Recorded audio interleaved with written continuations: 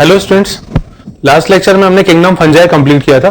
आज हम next topic start करते हैं जो कि लाइकेन है।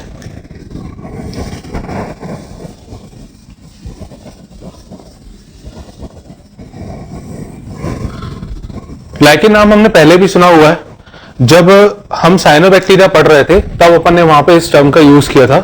तो मैं एक बार फिर से इसको रिपीट करता हूं, डेफिनेशन इसकी बताता हूं। लाइकेन एक ड्यूअल ऑर्गेनिज्म सिम्बायोटिक एसोसिएशन है जो कि एल्गे और फंजाई के बीच में देखी जाती है, जिसमें दोनों ही ऑर्गेनिज्म एक दूसरे को फायदा पहुंचाते हैं। तो इसकी डेफिनेशन लिख लेते हैं अपन।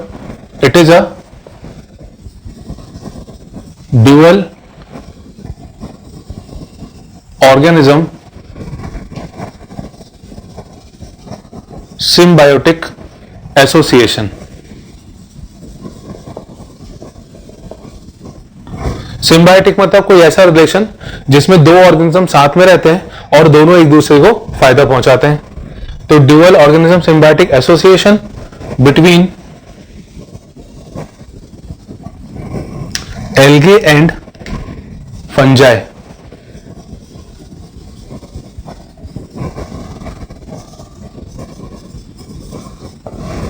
एल्गे और फंजाई के बीच का रिलेशन। इसमें जो एल्गे होता है, एल्गे फूड प्रिपेयर करता है, क्योंकि हम जानते हैं एल्गे फोटोसिंथेटिक ऑर्गेनिज्म है। ये फूड प्रिपेयर करता है, कार्बोहाइड्रेट का फॉर्मेशन कराता है जो कि फंजाई यूज करता है।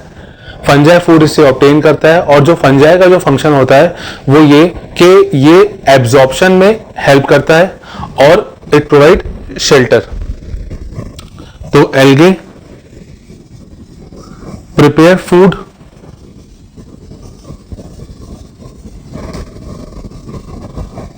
by photosynthesis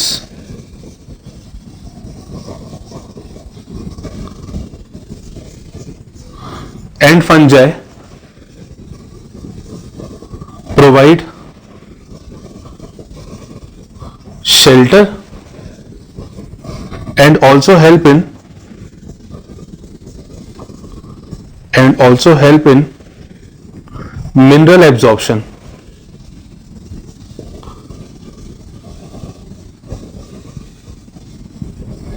और ये मिनरल एब्जॉर्प्शन में रोल प्ले करता है। इसमें जो एल्गे होता है उसको अपन कहते हैं phycobiont. Algae partner is called फाइकोबियोंट।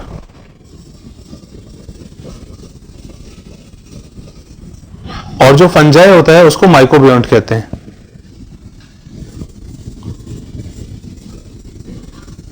And fungi partner is called mycobiont।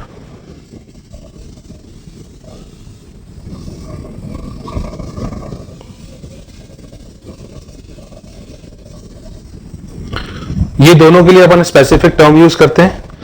Kingdom mycota अपन ने पढ़ा था, यानी फंजाई किंगडम पढ़ा था अपन ने, वहां से इसको टर्म दिया जाता है माइकोबियोंट, और एल्गे पार्टनर को कहते हैं फाइकोबियोंट। अब लाइकेन की जो स्टडी है उसको अपन कहते हैं lichenology. Study of lichen is called lichenology।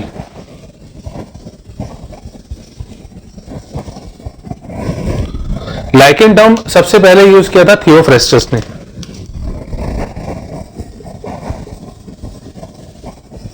Lichen term was first used by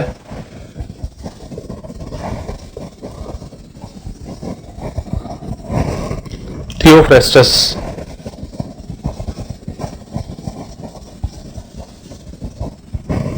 और आपको याद होगा थियोफ्रेस्टस कौन थे? थियोफ्रेस्टस फादर ऑफ बॉटनी थे। थियोफ्रेस्टस ने सबसे पहले लाइकेन टर्म यूज किया था। Father of lichenology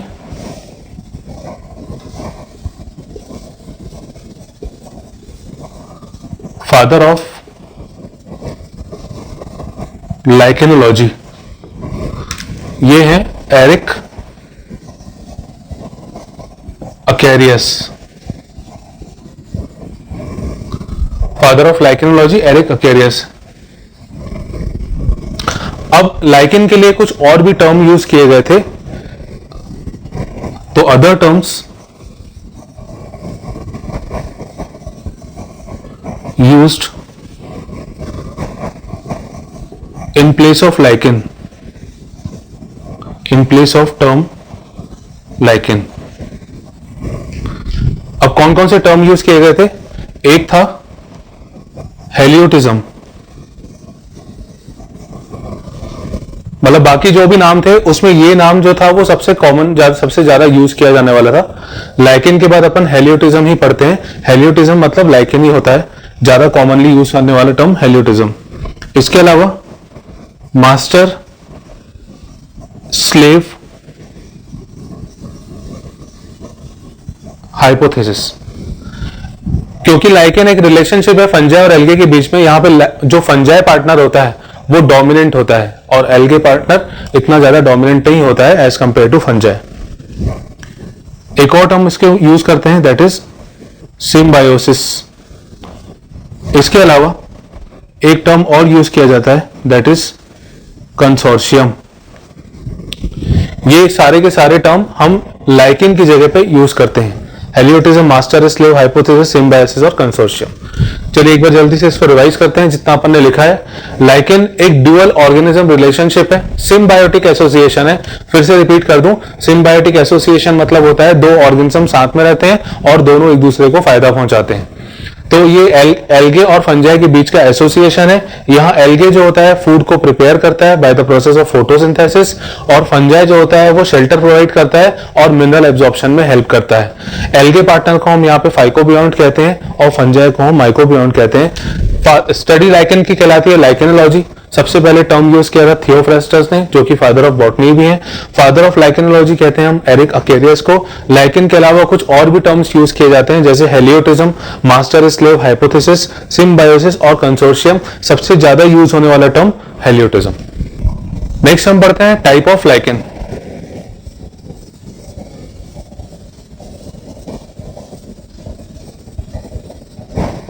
lichen basically तीन टाइप के होते हैं. पहला है crustose lichen,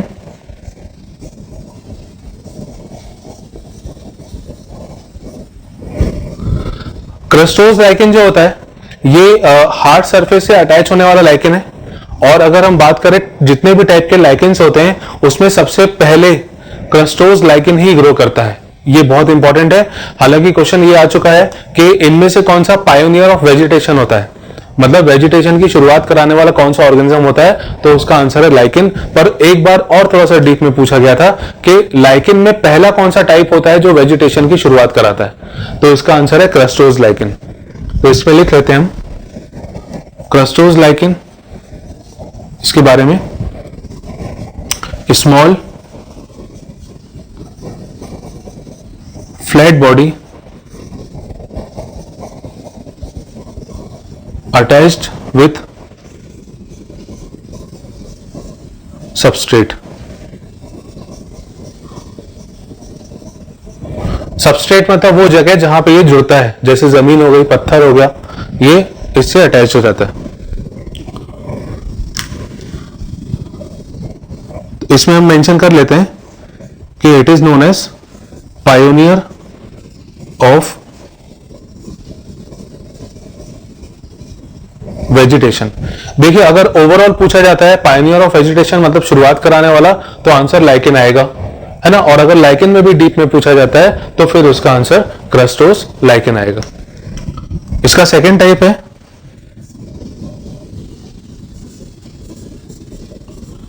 folios lichen. Folios lichen जो होता है ये इसका थोड़ा सा एडवांस फॉर्म है. दूसरा टाइप है, ये ज्यादा डेवलप्ड होता है इसके कंपेयर में, यानी क्रस्टोज लाइकेन से ज्यादा डेवलप फॉर्म फोलियोज लाइकेन. ये भी small flat body structures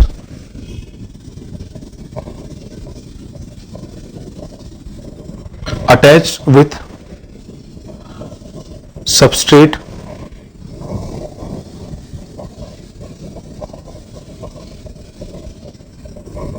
with the help of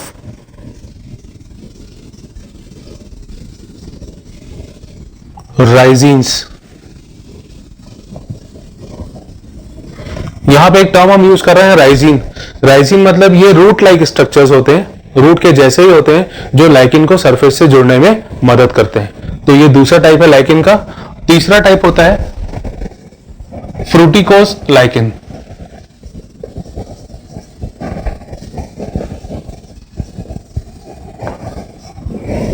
पहले क्रस्टोस, फिर फोलियोस और फिर फ्रूटिकोस, यानी ये सबसे ज्यादा डेवलप फॉर्म होते हैं जो कि प्रॉपरली डेवलप हो चुके रहते हैं।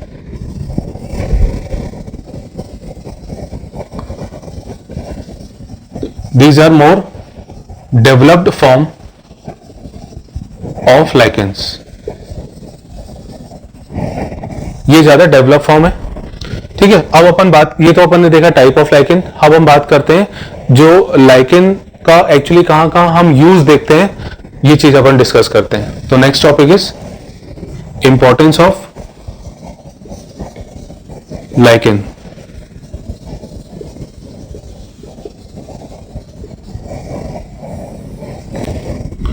लाइकेन का इंपॉर्टेंस, पहला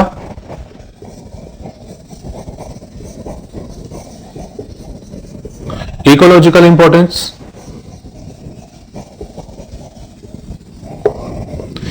इकोलॉजिकल इंपॉर्टेंस अभी हमने देखा, यानी एनवायरनमेंट से डील करता हुआ इनका इंपॉर्टेंस। इकोलॉजिकल इंपॉर्टेंस में ये क्या होते हैं, ये जब बड़े पत्थरों पे ग्रो करते हैं, बड़े पत्थरों पे जब इनका ग्रोथ स्टार्ट होता है तो पत्थर में ये राइजिंग की मदद से अंदर पेनिट्रेट करते जाते हैं, और क्योंकि यहाँ पे फंजाई भी प्रेजेंट है तो वो एब्जॉर्प्शन शो करता है चीजों का। अब जब पत्थर पे ये अंदर ग्रो करते जाएंगे, वहां से चीजें एब्जॉर्ब करते जाएंगे, तो पत्थर जो होगा वो छोटे छोटे पार्टिकल्स में कन्वर्ट होने लगता है, टूटने लगता है। यानी लाइकेन के कारण सॉइल का फॉर्मेशन स्टार्ट हो जाता है। तो पहला तो हम यही बात करते हैं कि लाइकेन जो है ये पायनियर ऑफ वेजिटेशन है।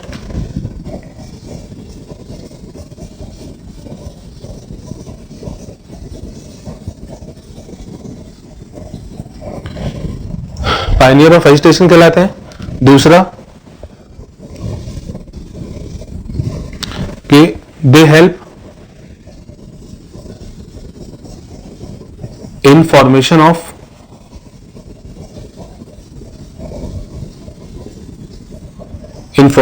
सॉइल, और सॉइल बनाने के प्रोसेस को हम कहते हैं पीडोजेनेसिस।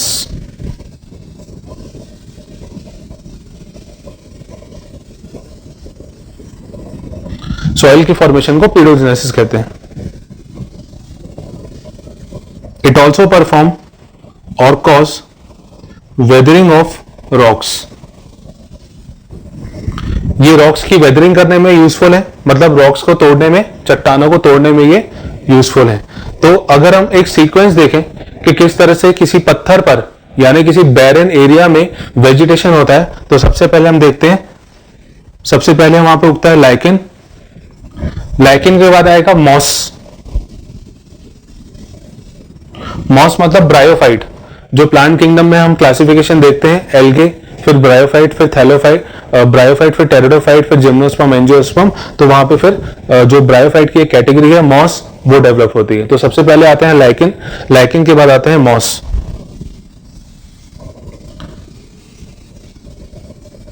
फिर हर्ब्स, श्रब्स और ट्रीज। तो इस तरह से वेजिटेशन डेवलप होते हुए देखा जाता है। तो ये पहला लाइकेन का इंपॉर्टेंस हो गया, इकोलॉजिकल इंपॉर्टेंस। नेक्स्ट हम बात करते हैं सेकेंड इंपॉर्टेंस जो है इसका, as a source of antibiotic.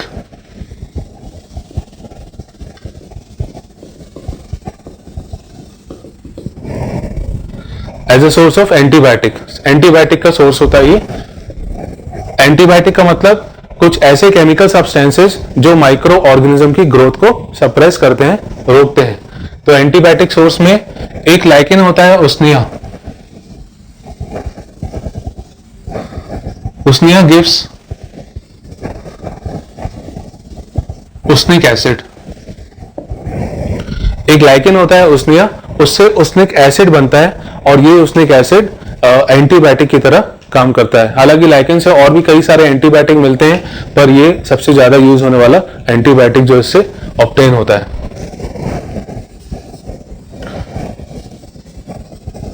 Next importance है इसका, these are indicators of air pollution. ये एयर पॉल्यूशन के इंडिकेटर होते हैं, मतलब जहां पे एयर पॉल्यूशन होगा वहां पे ये ग्रो नहीं करेंगे, जहां पे एयर पॉल्यूशन होगा वहां पे ये ग्रो नहीं करेंगे। और बेसिकली जो सल्फर ऑक्साइड्स होते हैं, SO2 सल्फर डाइऑक्साइड्स होते हैं, उनकी प्रेजेंस में ये तो कभी ग्रो नहीं करते। यानी अर्बन एरियाज में, क्योंकि वहां पोल्यूशन ज्यादा होता है, अर्बन एरियाज में पोल्यूशन ज्यादा होता है, तो हमें लाइकेन की ग्रोथ यहाँ पे रेयरली ही देखने मिलती है। हाँ, जितना ज्यादा हम रूरल एरियाज की तरफ जाते जाएंगे वहां पे हमें लाइकेन इजीली देखने मिलता है।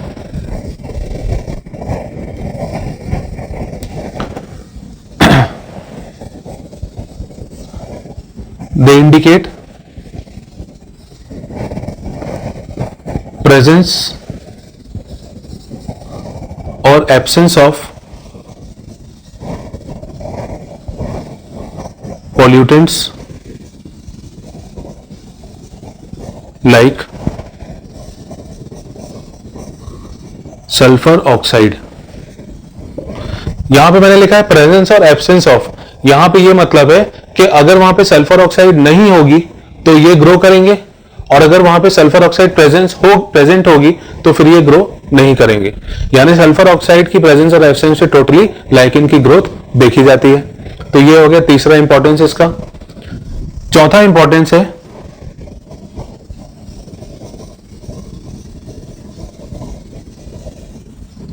As a food source. कई जगह लाइकेन को खाया भी जाता है, मतलब लाइकेन की कुछ स्पीशीज एडिबल होती है, ईट की जाती है, जैसे क्लेडोनिया सिट्रेरिया स्पीशीज। ये कुछ ऐसी स्पीशीज है जिनको खाया जाता है, ये एडिबल स्पीशीज है, इनका यूज किया जाता है। ये मॉस के नाम से भी अवेलेबल है। मॉस भी, मतलब क्लेडोनिया जो है उसको रिएंडर मॉस कहते हैं, और सिट्रेरिया जो है उसको आइसलैंड मॉस कहते हैं। तो मॉस के नाम से भी ये बिकते हैं फूड के सोर्स के रूप में। नेक्स्ट है इन प्रिपरेशन ऑफ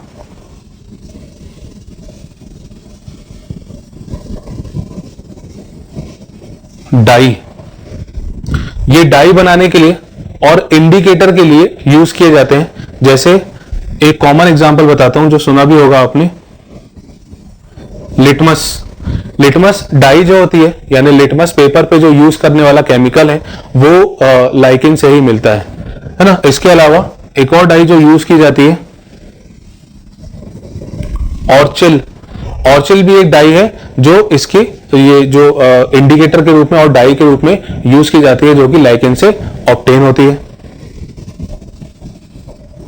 नेक्स्ट है इसमें जो इसका यूज है, ये कुछ ऐसे लाइकेन भी होते हैं जो इनफ्लेमेबल होते हैं, यानी ये इनमें आग इजीली लग जाती है।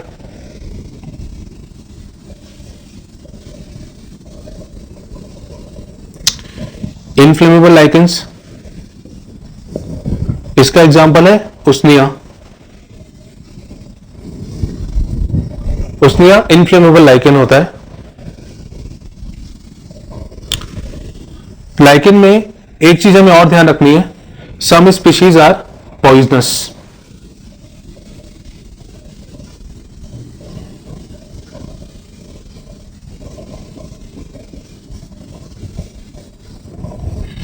लाइकेन की कुछ स्पीशीज पॉइजनस होती है जो नहीं खाई जाती। ठीक है, तो ये हो गया लाइकेन के टाइप्स और इसका इंपॉर्टेंस। एक बार फिर से समझते हैं। लाइकेन बेसिकली 3 टाइप का होता है। एक होता है क्रस्टोज लाइकेन, छोटे साइज के होते हैं, फ्लैट बॉडी होती है, सरफेस से अटैच हो जाते हैं। ये पायनियर ऑफ वेजिटेशन कहलाते हैं, यानी वेजिटेशन की शुरुआत इनके कारण ही होती है। दूसरा फॉलियोज लाइकेन, ये भी छोटे साइज के होते हैं, अटैच हो जाते हैं सरफेस से। इनमें एक स्ट्रक्चर देखे जाते हैं, जैसे रूट्स होते हैं वैसे ही रूट के जैसे राइजीन्स होते हैं। तीसरा टाइप है फ्रूटिकोज लाइकेन, ये और ज्यादा डेवलप फॉर्म होता है लाइकेन का। इंपॉर्टेंस ऑफ लाइकेन, ये इकोलॉजिकल इंपॉर्टेंस रोल प्ले करते हैं, यानी वेजिटेशन की शुरुआत कराते हैं। वेदनिंग ऑफ रॉक्स कॉज करते हैं, यानी चट्टानों को तोड़ने का काम, बड़े बड़े पत्थरों को तोड़ने का काम लाइकेन के द्वारा किया जाता है। अब जब बड़े पत्थर छोटे पार्टिकल में कन्वर्ट होंगे, यानी सॉइल का फॉर्मेशन होगा, तो इसीलिए इसको हम ये जो सॉइल फॉर्मेशन का प्रोसेस है हम इसे पीडोजेनेसिस भी कहते हैं, यानी लाइकेन पीडोजेनेसिस में रोल प्ले करता है।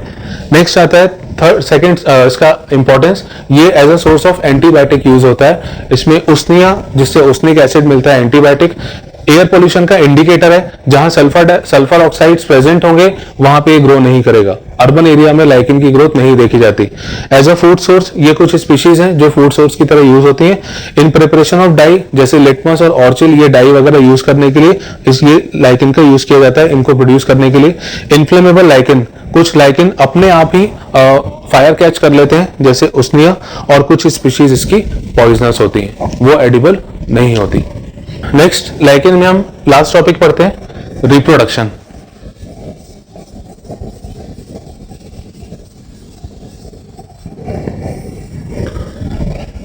लाइकेन में रिप्रोडक्शन 3 तरीके से देखा जाता है। पहला, वेजिटेटिव रिप्रोडक्शन।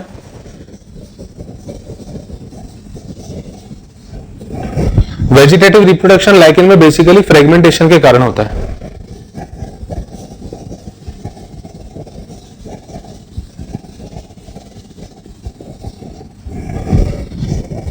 इसके अलावा लाइकेन में वेजिटेटिव रिप्रोडक्शन में एक पार्ट और अपन पढ़ते हैं, इसमें इसीडिया का फॉर्मेशन होता है। जैसे स्पोरेंजिया होते हैं, स्पोरेंजिया मतलब कुछ ऐसे स्ट्रक्चर जिसके अंदर से स्पोर्स निकलते हैं, वैसे इनमें भी इसीडिया का फॉर्मेशन होता है।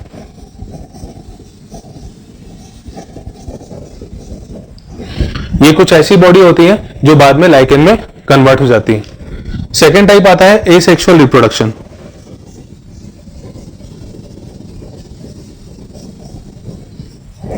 एसेक्सुअल रिप्रोडक्शन में इसमें बेसिकली स्पोर्स के थ्रू होता है, और इसमें जो स्पोर्स होते हैं जो मोस्ट कॉमनली देखे जाते हैं,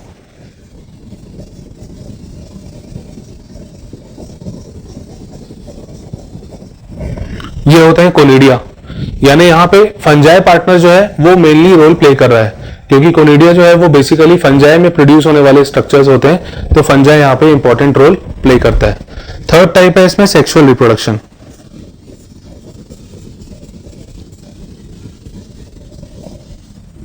सेक्सुअल रिप्रोडक्शन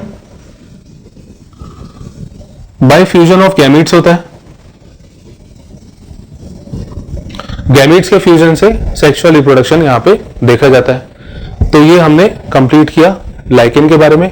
नेक्स्ट टॉपिक हम स्टार्ट करते हैं mycorrhiza. Next topic mycorrhiza. Mycorrhiza को फंगल रूट भी कहते हैं।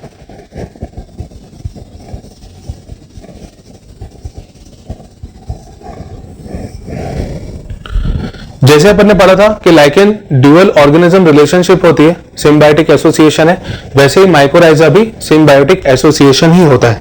तो इसमें हम पहले इसकी डेफिनेशन लिखते हैं।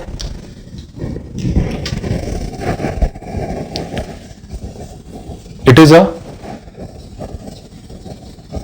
symbiotic association between fungi and roots of higher plants.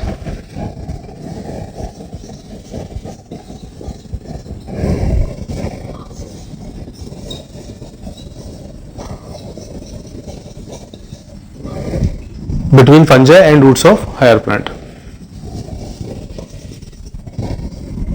अब यहां पे बात आती है कि इन दोनों का फंक्शन क्या होगा, ये एक दूसरे के ऊपर कैसे डिपेंड होते हैं। देखिए रूट्स में कुछ मटेरियल स्टोर होता है। जैसे जब लीफ फोटोसिंथेसिस करती हैं और वो कार्बोहाइड्रेट का फॉर्मेशन कराती हैं, तो ये कार्बोहाइड्रेट मूवमेंट शो करते हुए धीरे धीरे नीचे की तरफ आके सेटल हो जाता है। यहाँ पे रूट्स जो होते हैं वो स्टोरेज ऑर्गन्स हैं कार्बोहाइड्रेट के लिए, यहाँ पे मटेरियल इकट्ठा हो जाता है, तो फंजाई यहाँ से न्यूट्रिशन लेता रहता है। अब फंजाई क्या करेगा, फंजाई सेम काम करेगा जैसे अपन ने अभी लाइकेन के बारे में देखा था। फंजाई शेल्टर प्रोवाइड करता है और एब्जॉर्प्शन ऑफ मिनरल में हेल्प करता है। तो यहाँ पे हम लिख लेते हैं, roots contain stored food material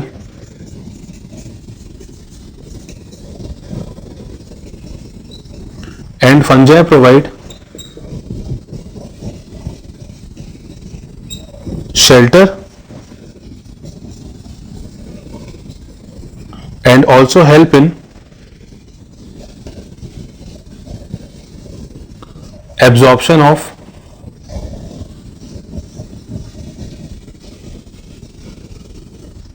minerals. Fungi जो होता है वो एब्जॉर्प्शन ऑफ मिनरल्स में रोल प्ले करता है। तो ये इसकी डेफिनेशन और दोनों कंपोनेंट्स के फंक्शंस। अब अपन बात करते हैं माइकोराइजा कितने टाइप का होता है। तो next is type of mycorrhiza.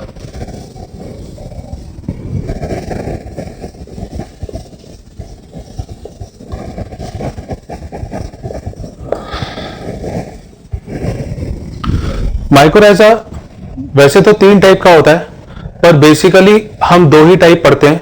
तीसरे वाले की हम डेफिनेशन देखेंगे और उसका एग्जांपल डिस्कस करेंगे। बाकी जो मेन जो है वो 2 टाइप के ही माइकोराइजा है। इसमें पहला आता है, फर्स्ट इज एक्टो माइकोराइजा।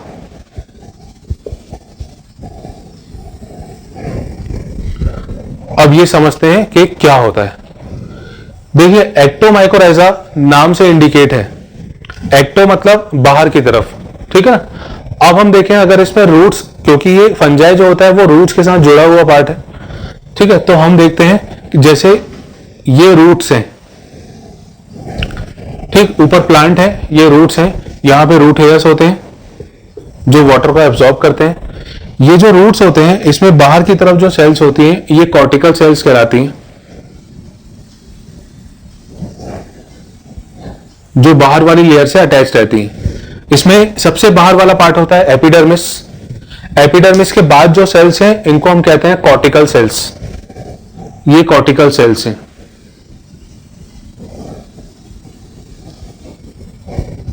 ठीक है। अब एक्टोमाइकोराइजा में क्या होता है, एक्टोमाइकोराइजा में फंजाई पार्टनर जो होता है वो रूट्स के बाहरी लेयर तक सीमित रहता है, यानी कॉर्टिकल लेयर तक उसका जो ग्रोथ है वो रेस्ट्रिक्टेड रहती है। और यहां पे कुछ पर्टिकुलर ये इस तरह से आगे बढ़ता जाता है, एक नेट लाइक स्ट्रक्चर का फॉर्मेशन करता है। कॉर्टिकल सेल्स में ये नेट लाइक स्ट्रक्चर्स का फॉर्मेशन करता है।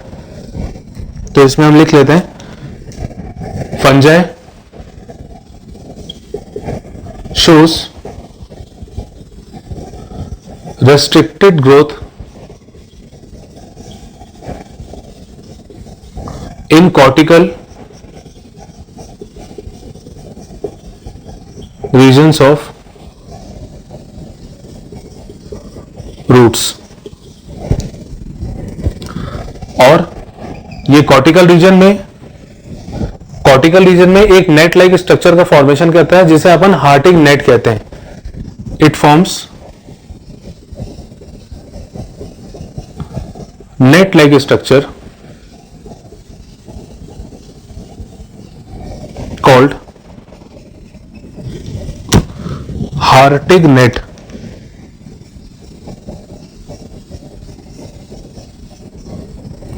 हार्टिंग नेट का फॉर्मेशन करता है एक्टोमाइकोराइजा। एक्टोमाइकोराइजा बहुत ज्यादा नहीं देखा जाता और ये लगभग रेस्ट्रिक्टेड है 3% और 5% ऑफ प्लांट स्पीशीज में। It is seen in 3 to 10%, यानी जो ग्रोथ, यानी जो ये एसोसिएशन देखा जाता है ये सिर्फ 3 से 10% प्लांट में ही देखा जाता है।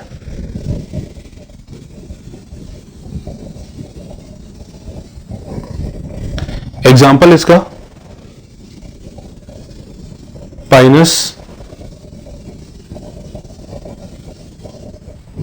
यूकेलिप्टस, ये सारे एक्टोमाइकोराइजा शो करने वाले। नेक्स्ट दूसरा बहुत इंपॉर्टेंट है, सेकेंड टाइप जो है ये है एंडोमाइकोराइजा।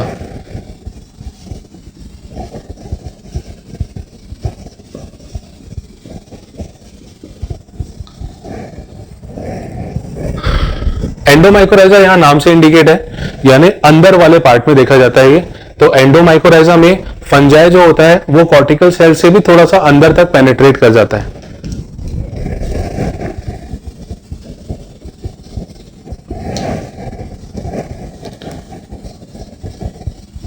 Fungi penetrate up to inner cortical sales,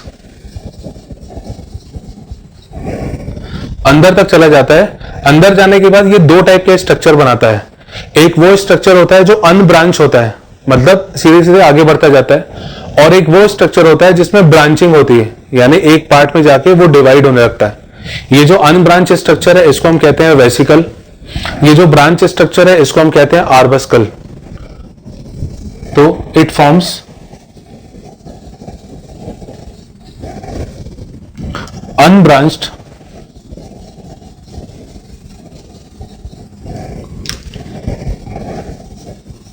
vesicles and branched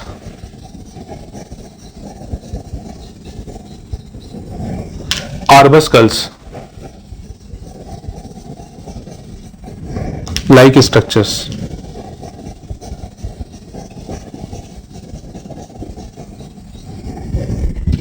यानी अनब्रांच वेसिकुलर पार्ट और वेसिकल, और ब्रांच वाला पार्ट आर्बस्कल। ये बहुत इंपॉर्टेंट है, अनब्रांच होता है ये और ब्रांच होता है ये।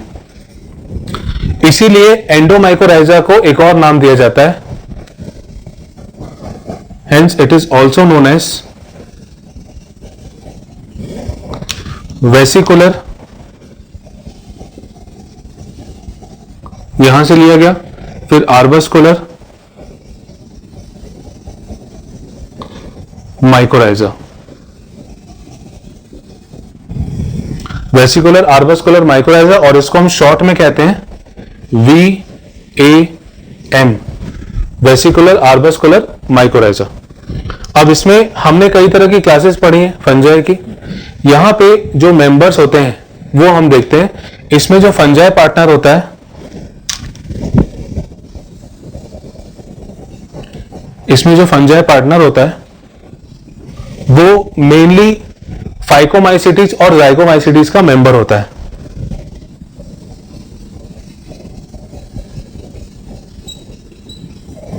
फाइकोमाइसिटीज और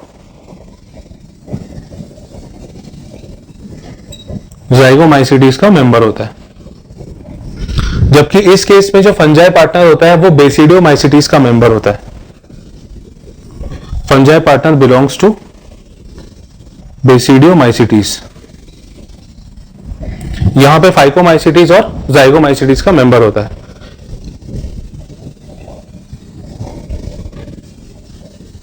इट इज सीन इन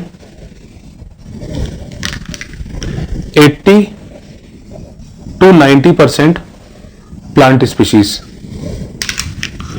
सबसे ज्यादा यही पाया जाता है, यही वाला एसोसिएशन देखा जाता है। 80 to 90% ऑफ प्लांट स्पीशीज में एंडोमाइकोराइजा होता है। एग्जाम्पल इसका ग्लोमस और ऑर्किड प्लांट्स। हालांकि बहुत सारे प्लांट्स हैं, अपन ने दो ही नाम लिखे हैं, बहुत सारे प्लांट्स होते हैं ये। तो ये हो गया माइकोराइजा के बारे में। फिर से एक बार देखते हैं, इसको फंगल रूट भी कहते हैं, और ये सिम्बायोटिक एसोसिएशन है फंजाई और जो हायर प्लांट्स के रूट्स होते हैं उनके बीच का। यहाँ पे ये मटेरियल स्टोर, रूट्स में मटेरियल स्टोर रहता है, कार्बोहाइड्रेट स्टोर होता है जो फंजाई एब्जॉर्ब करता है, और फंजाई शेल्टर और एब्जॉर्प्शन में हेल्प करता है। फंजाई के टाइप, माइकोराइजा के टाइप देखें अगर, तो एक्टोमाइकोराइजा ये कॉर्टिकल सेल्स तक सीमित रहता है, हार्टिंग नेट का फॉर्मेशन करता है, कम अमाउंट में, कम परसेंटेज में देखा जाता है। बहुत ज्यादा होता है एंडोमाइकोराइजा, लगभग 80 to 90%। इसमें जो फंजाई पार्टनर होता है वो अंदर जाके डिवाइड करने लगता है, अनब्रांच स्ट्रक्चर बनाता है, वेसिकल्स, ब्रांच स्ट्रक्चर बनाता है, आर्बस्कल्स। इसीलिए हम इसे कहते हैं वेसिकुलर आर्बस्कुलर माइकोराइजा। एक तीसरे टाइप का भी माइकोराइजा होता है, इसको कहते हैं ecto endo mycorrhiza. Ecto endo mycorrhiza दोनों के बीच की कैटेगरी है, यानी उसमें कुछ पार्ट हार्टिंग नेट बनेगा और कुछ पार्ट वेसिकुलर आर्बस्कुलर, पर वो बहुत ज्यादा इंपॉर्टेंट नहीं है। जो मेन टाइप है वो है एक्टो और एंडो माइकोराइजा। चलिए इस चैप्टर का लास्ट टॉपिक स्टार्ट करते हैं, वायरस।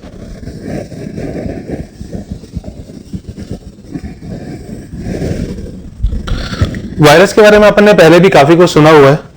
अपन थोड़ा सा इसमें कुछ ऐसी बातें करेंगे जो इसकी प्रॉपर्टीज को बताता है कि लिविंग होता है, नॉन लिविंग होता है, इसमें क्या चीजें प्रेजेंट होती हैं। तो अपन स्टार्ट करते हैं वायरस के बारे में। वायरस एक लेटेंट टर्म है, इसका मतलब होता है poison, venom.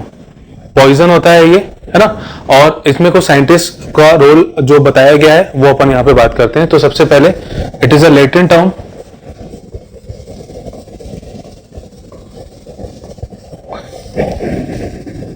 which means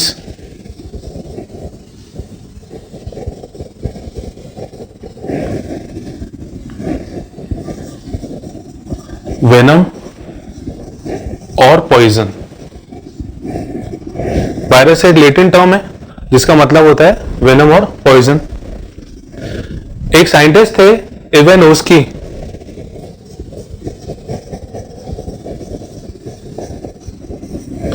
Ivanovsky ने 1892 में सबसे पहले टोबैको मोज़ेक वायरस में एक इन्फेक्टेड सैप को आइसोलेट किया।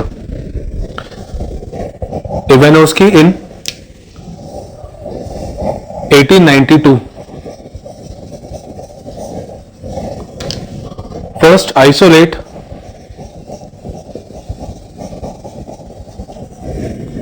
infected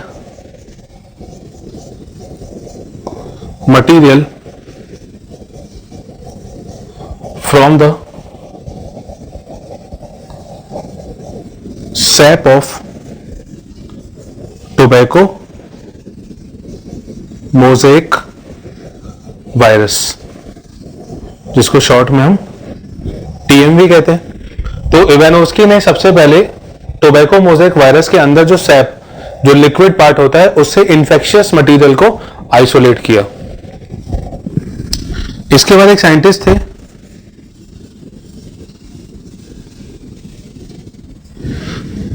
बेजरिंग, इन्होंने 1898 में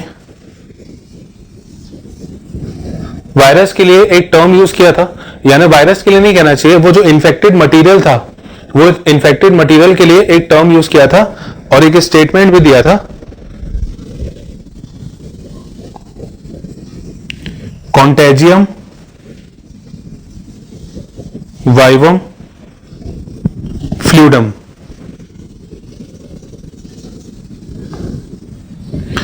बेजरिंग ने एक स्टेटमेंट दिया था, कॉन्टेजियम वाइवम फ्लूइडम, इसका मतलब होता है living infectious fluid, which means living infectious fluid. ये वायरस के लिए बाद में इन्होंने बताया था कि ये ऐसा सब्सटेंस है जिसको टच करने पे इंफेक्शन हो जाएगा। फिर अगले साइंटिस्ट स्टेनले ने 1935 में वायरस को सबसे पहले क्रिस्टलाइज किया। यानी क्रिस्टलाइज किया मतलब ये होता है कि वायरस को केमिकल के फॉर्म में ऑब्टेन कर लिया, आइसोलेट कर लिया उसको। तो इसमें first crystallise virus that is in form of chemical, यानी केमिकल के फॉर्म में वायरस को आइसोलेट किया, अलग किया। वायरस टर्म यूज किया था और दिया था बाय पास्चर। पास्चर ने सबसे पहले वायरस टर्म यूज किया था। अब कुछ टर्म्स अपन डिस्कस करते हैं और उसका मतलब समझते हैं। एक होता है फाइटोफेजिने,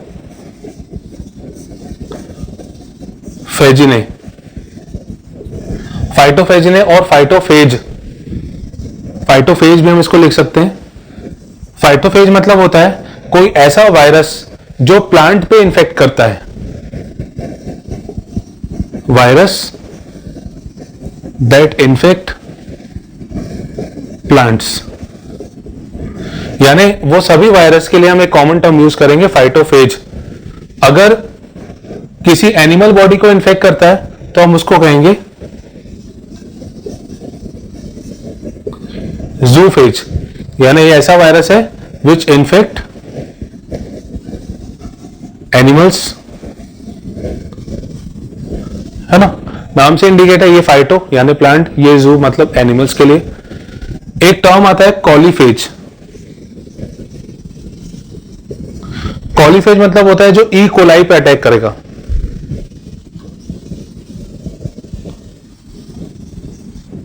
एस्कर्शिया कोलाई पे अटैक करने वाला कॉलीफेज। फिर आता है माइकोफेज, जो फंजाई को इन्फेक्ट करेगा, फंजाई को इन्फेक्ट करने वाला माइकोफेज। तो ये हमने देखा कि जो भी ऑर्गेनिज्म है उसका अपन ने स्टार्टिंग में वो वर्ड लिया है और फेज वर्ड लगाया है, यानी बेसिकली जो फेज वर्ड होता है वो मेनली वायरस के लिए यूज किया जाता है। अब हम देखते हैं इसमें लिविंग और नॉन लिविंग प्रॉपर्टीज के बारे में। पहले हम बात करते हैं नॉन लिविंग प्रॉपर्टीज की।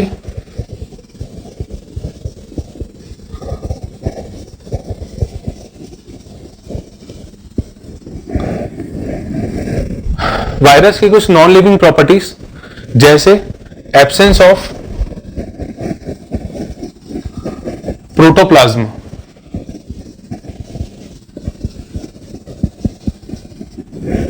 Absence of protoplasm. प्रोटोप्लाज्म जो होता है वो living component, living liquid part होता है सेल के अंदर।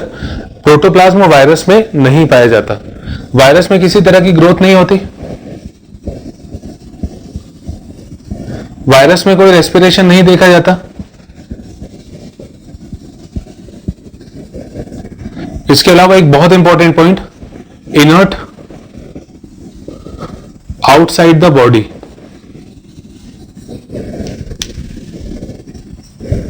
Inert outside the body, body के बाहर ये किसी काम का नहीं होता, यानी इनर्ट होता है, ये रिएक्ट नहीं करता। जब तक बॉडी में नहीं जाएगा तब तक ये एक्टिव नहीं होगा। एक और non living property, crystallise like chemicals. ये केमिकल्स के जैसे क्रिस्टलाइज हो सकता है। अब इसके बाद इसकी living properties.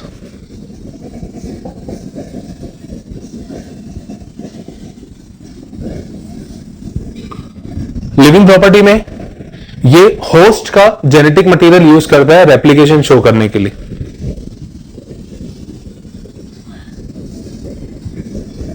Use host machinery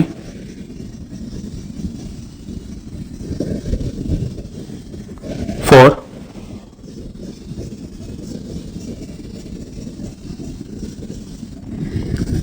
replication.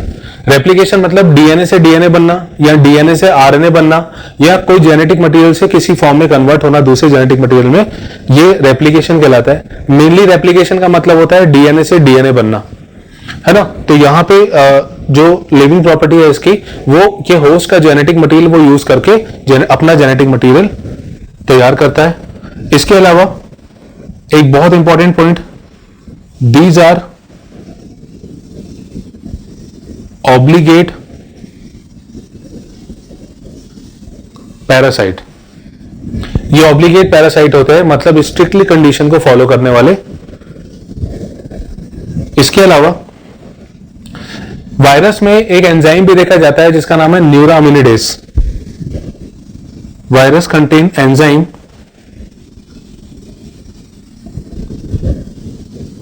न्यूरामिनिडेज।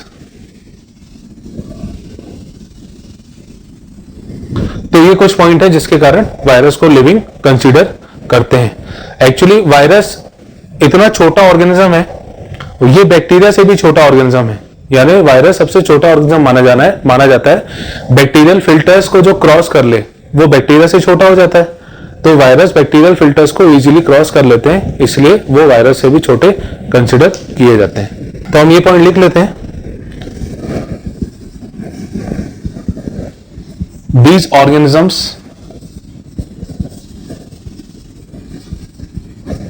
pass through bacteriological filters।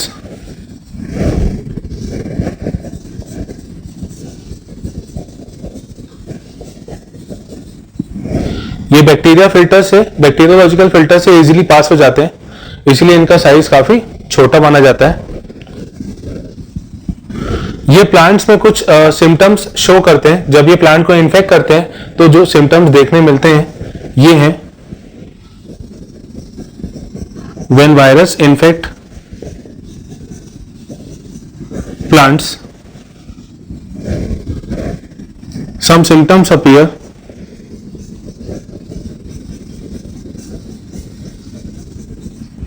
जैसे मोज़ेक अपीयरेंस,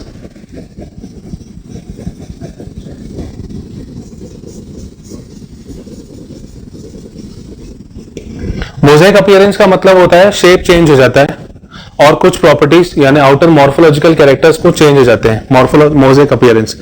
इसके बाद आता है स्टंटेड ग्रोथ, यानी उस प्लांट की ग्रोथ रुक जाती है, सप्रेस हो जाती है। एक और सिम्टम है curling and rolling of leaf, leaf की कर्लिंग या रोलिंग ये भी देखा जाता है। इसके अलावा भी और भी काफी सारे सिम्टम्स होते हैं जो इन केसेस में देखे जाते हैं। नेक्स्ट अपन बात करते हैं जो जेनेटिक मटेरियल है वायरस का, ये किस तरह का होता है।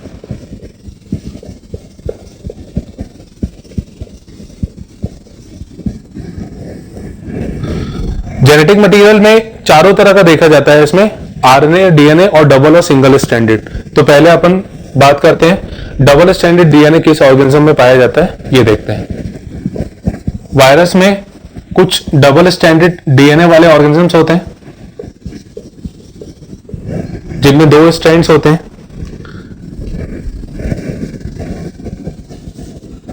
और इनमें जो कॉमनली देखे जाते हैं ये बैक्टीरियोफेज होते हैं। मेनली बैक्टीरियोफेज के बाद डबल स्ट्रैंडेड डीएनए होता है।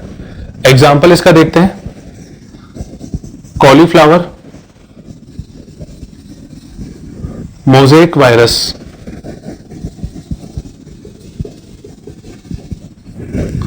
कॉलीफ्लावर मोज़ेक वायरस में यह देखा जाता है। दूसरा सिंगल स्ट्रैंडेड डीएनए वाले,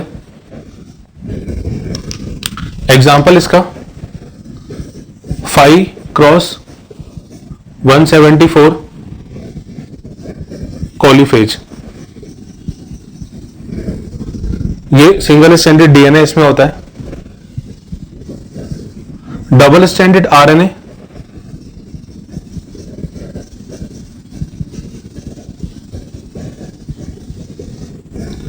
डबल स्ट्रैंडेड आरएनए वाले ऑर्गेनिज्म जैसे वुंड, ट्यूमर, वायरस। प्लांट में डबल स्ट्रैंडेड आरएनए वाले नहीं पाए जाते, वहां पे कॉमनली जो मैक्सिमम है, रेयरली ही ऐसा कोई होगा जिसमें डबल स्ट्रैंडेड आरएनए होगा, नहीं तो सब में सिंगल स्ट्रैंडेड आरएनए ही होता है।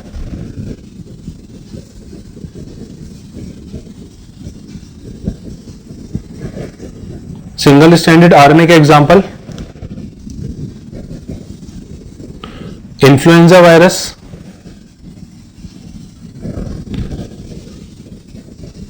रेट्रोवायरस। जो एचआईवी वायरस है रेट्रोवायरस, उसमें सिंगल स्ट्रैंडेड आरएनए होता है। और polio virus,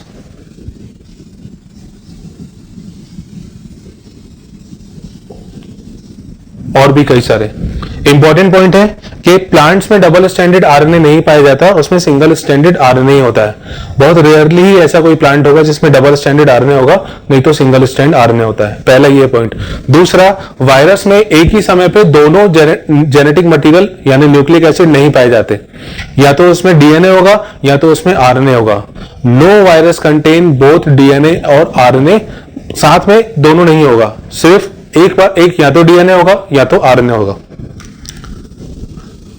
no virus contain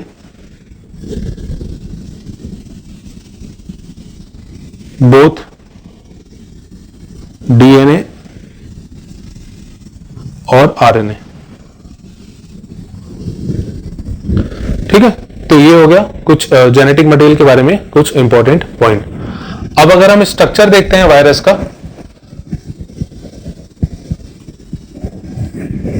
virus के स्ट्रक्चर में सबसे आउटर कवरिंग होती है envelope.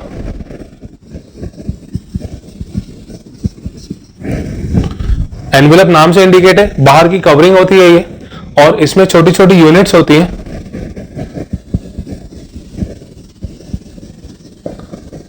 Contain units called peplomers. सिर्फ आप ये ध्यान रखिएगा कि पेप्लोमेयर्स कहां प्रेजेंट होती है, तो आउटर कवरिंग में, एनवलप में, और it consist of protein, lipid,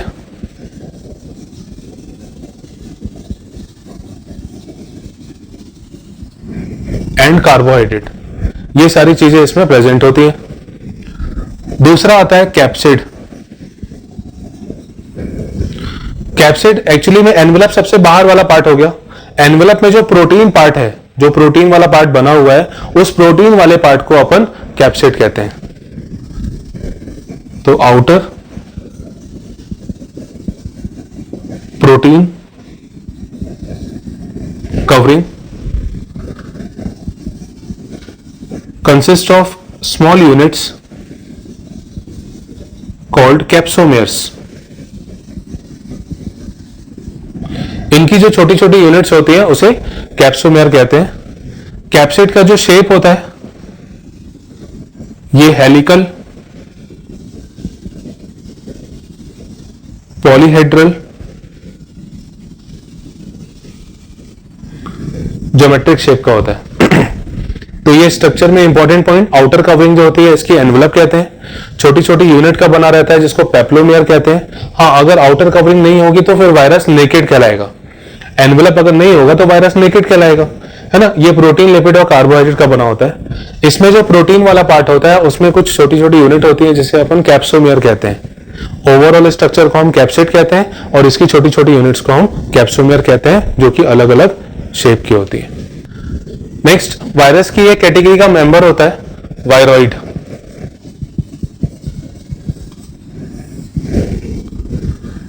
viroid और वायरियन, इसके बारे में सबसे इंपॉर्टेंट चीज अपन जो मेन पॉइंट है वही डिस्कस करते हैं। इसमें इसको सबसे पहले डिस्कवर किया था टीओ डीनर ने।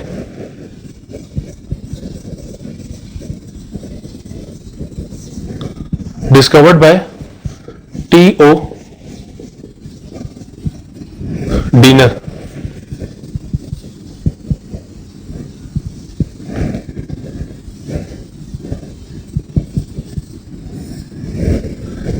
इसको सबसे पहले टीओ डीनर ने डिस्कवर किया था। ये इसकी जो डिस्कवरी हुई थी वो था 1971 में। सबसे पहले टीओ डीनर ने इसको डिस्कवर किया 1971 में। ये वायरस से भी छोटे होते हैं।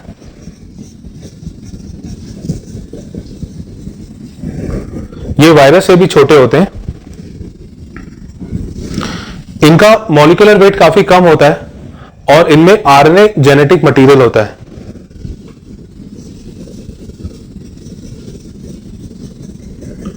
मॉलिक्यूलर वेट इनका कम होता है।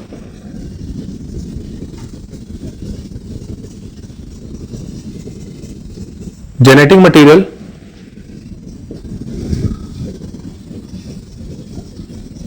आरएनए, ये बहुत इंपॉर्टेंट पॉइंट है। जेनेटिक मटेरियल आरएनए होता है, मॉलिक्यूलर वेट इनका कम होता है।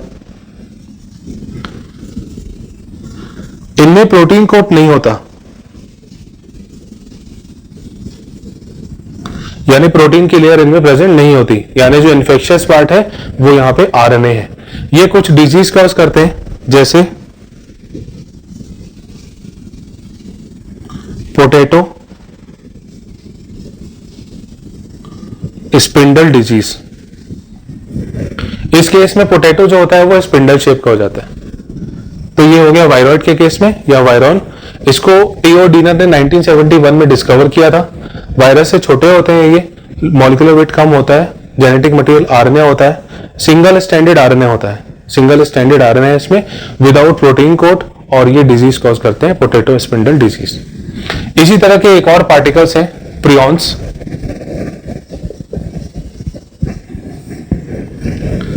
प्रियॉन्स भी वायरस कैटेगरी के ही मेंबर हैं। इनको डिस्कवर किया था, डिस्कवर्ड बाय एल्पर एंड हैग। एल्पर और हैग ने इसको डिस्कवर किया था। प्रियॉन का एक और नाम है, इसको स्लो वायरस भी कहते हैं। इनमें जेनेटिक मटेरियल नहीं होता, जेनेटिक मटेरियल इसमें एब्सेंट होता है।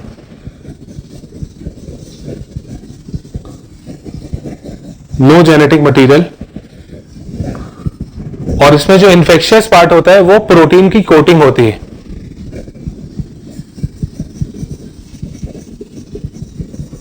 इन्फेक्शियस मटेरियल ये प्रोटीन कोट होता है, यानी बेसिकली इनमें प्रोटीन ज्यादा खतरनाक होते हैं, जेनेटिक मटेरियल तो होता नहीं है इसमें। ये जो डिजीज कॉज करते हैं इसमें कुछ इंपॉर्टेंट डिजीज है जो याद रखनी है, जैसे कुरु,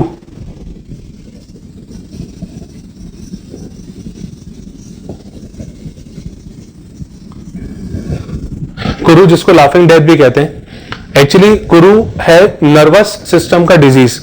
नर्वस सिस्टम में हमारे ब्रेन में कुछ प्रोटीन्स इकट्ठे हो जाते हैं, वो प्रोटीन एक्चुअली वायरल प्रोटीन्स होते हैं, है ना। तो इसमें जो सिम्टम्स देखे जाते हैं वो लगातार ट्रेमर्स देखे जाते हैं, मतलब बॉडी में ट्रेमरिंग होती है, झटके लगते हैं। और एक सिम्टम इसका लाफिंग भी देखा जाता है, मतलब इंसान हंसता बहुत है, और डेथ के पहले वो काफी ज्यादा ये सिम्टम शो करता है, इसलिए इसको अपन लाफिंग डेथ भी कहते हैं। नेक्स्ट एक डिजीज है मैड काउ डिजीज।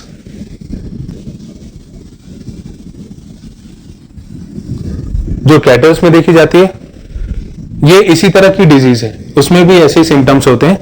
नेक्स्ट है Creutzfeldt Jakob syndrome, CJD, Creutzfeldt Jakob syndrome. और डिजीज, इसको मैं डिजीज कर दे रहा हूं यहां पे, CJD। ये सारे एक ही तरह की डिजीज हैं, ब्रेन डिसऑर्डर्स हैं, और इसमें ट्रेमरिंग होती है। इसी के लिए क्रूटफेल्ट जेकब डिजीज के लिए एक और टर्म यूज करते हैं, बोवाइन स्पॉन्जीफॉर्म